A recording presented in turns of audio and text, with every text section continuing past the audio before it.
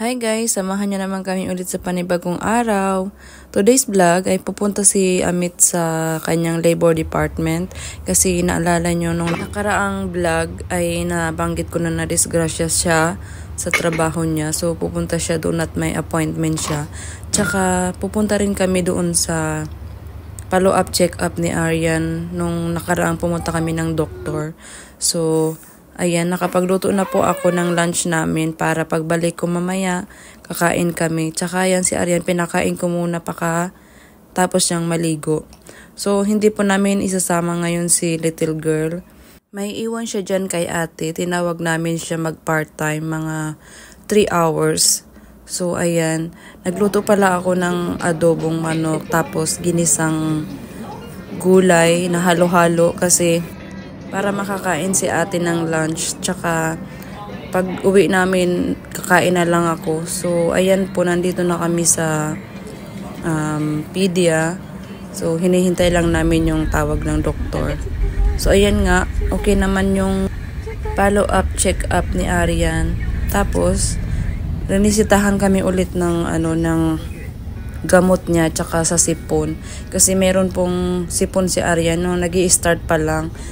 So, ayan po, pauwi na kami. Nag-taxi na lang kami kasi yung appointment namin ay 11:45. So, natapos kami ng 12. Saka, may trabaho pa si ate kaya kailangan ng umuwi. Hindi na kami pumunta kahit saan-saan pa. So, ayan, nag-taxi na lang kami para mas mabilis-bilis. Tsaka, gutom na rin ako. Nahihilo na ako. Kumain lang ako kanina bago ako umalis ng mga ilang subo. Para sabi ko, baka gutumin ako. Tsaka, dadaan din pala si Amit doon sa Philippine Consulate kasi ngayon din yung araw ng appointment niya. So, okay na po, pinabalik kami. Nagkaroon na ng appointment si Amit. Nung nakaraan sabi ko na walang nag-e-email. So, pinaulit po kami mag-fill up. Tsaka, ayun, naging okay na po. Saka, update ko kayo mamaya kung ano ang sabi ng consulate, kung kulang ba o okay na yung niya, mga documents. Ang ganda po ng panahon ngayon, ang init-init blue na blue yung kalangitan. So ayan po, uwi muna tayo.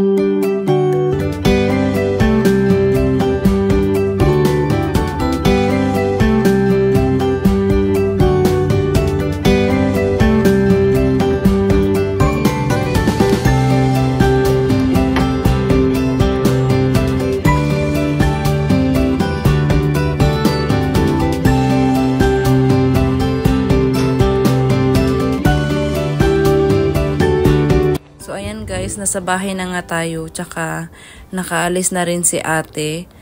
Ang bait-bait talaga ng baby girl namin. Kasi hindi man lang daw siya umiyak, nakipaglaro lang siya, tsaka natawa-tawa lang siya kay ate. So, ayan.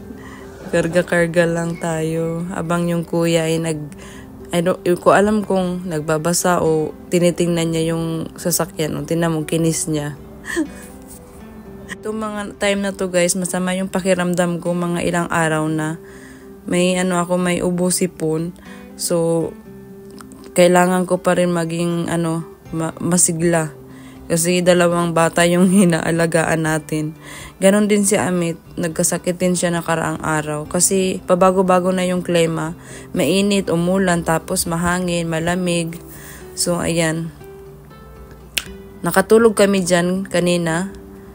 Tapos, ngayon pagising namin, kumain kami ni Arya ng cupcake. Tsaka, nagiinom ako ng kape. So, ayan pala guys, nakarating na rin si Amit. Dumating siya. Tulog kami. So, siya naman yung nagpapahinga ngayon. Ang bilis lang daw niya doon sa consulate guys kasi siya lang yung applicant sa visa. So, pinag-submit niya lang yung mga papers na kailangan.